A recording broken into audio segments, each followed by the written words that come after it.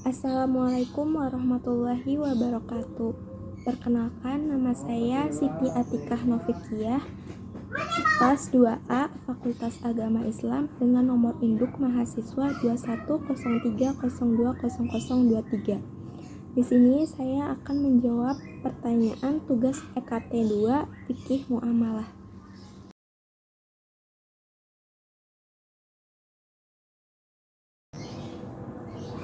Mudorobah hukumnya boleh dan tidak dikata riba, walaupun mudorobah itu sama dengan kirot yang dalam kaidah fikih itu termasuk ke dalam riba, karena ada hal yang membedakan di antara mudorobah dengan kirot.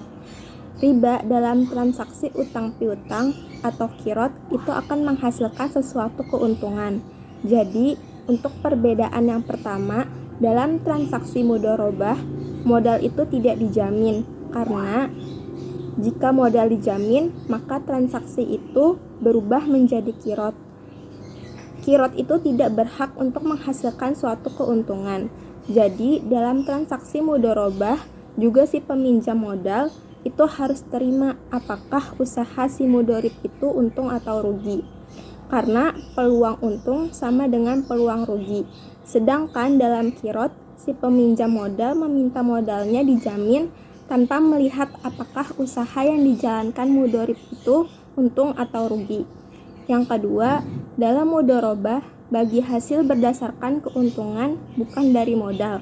Jika dalam transaksinya bagi hasil itu diambil dari modal, bagi hasil itu, maka itu termasuk ke dalam riba. Yang ketiga, dalam mudorobah nilai bagi hasil persentasenya itu fluktuatif atau tidak pasti. Sedangkan dalam riba atau kirot nilai bagi hasilnya itu pasti karena diambil dari modal, bukan dari keuntungan.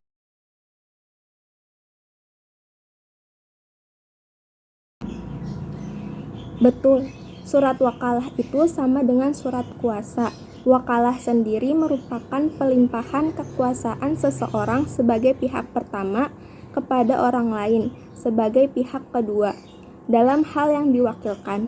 Contoh penerapan atau pengaplikasian wakalah dalam dunia perbankan yaitu ada di transaksi transfer uang. Nah, konsep wakalah dalam transaksi ini yaitu di mana seorang nasabah memiliki permintaan sebagai mewakil kepada pihak bank sebagai wakil untuk mentransfer uang kepada rekening orang lain.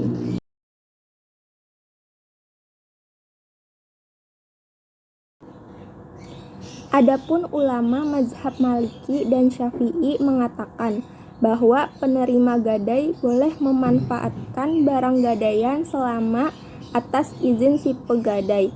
Bahkan mazhab Maliki menekankan agar manfaat atau kegunaan dari barang gadaian tidak menjadi sia-sia. Maka penggadai boleh mengizinkan penerima gadai untuk memanfaatkannya. Baik, sekian jawaban dari pertanyaan tugas EKT 2 Fikih Muamalah. Kurang lebihnya mohon maaf. Wabillahi taufiq wal hidayah. Wassalamualaikum warahmatullahi wabarakatuh.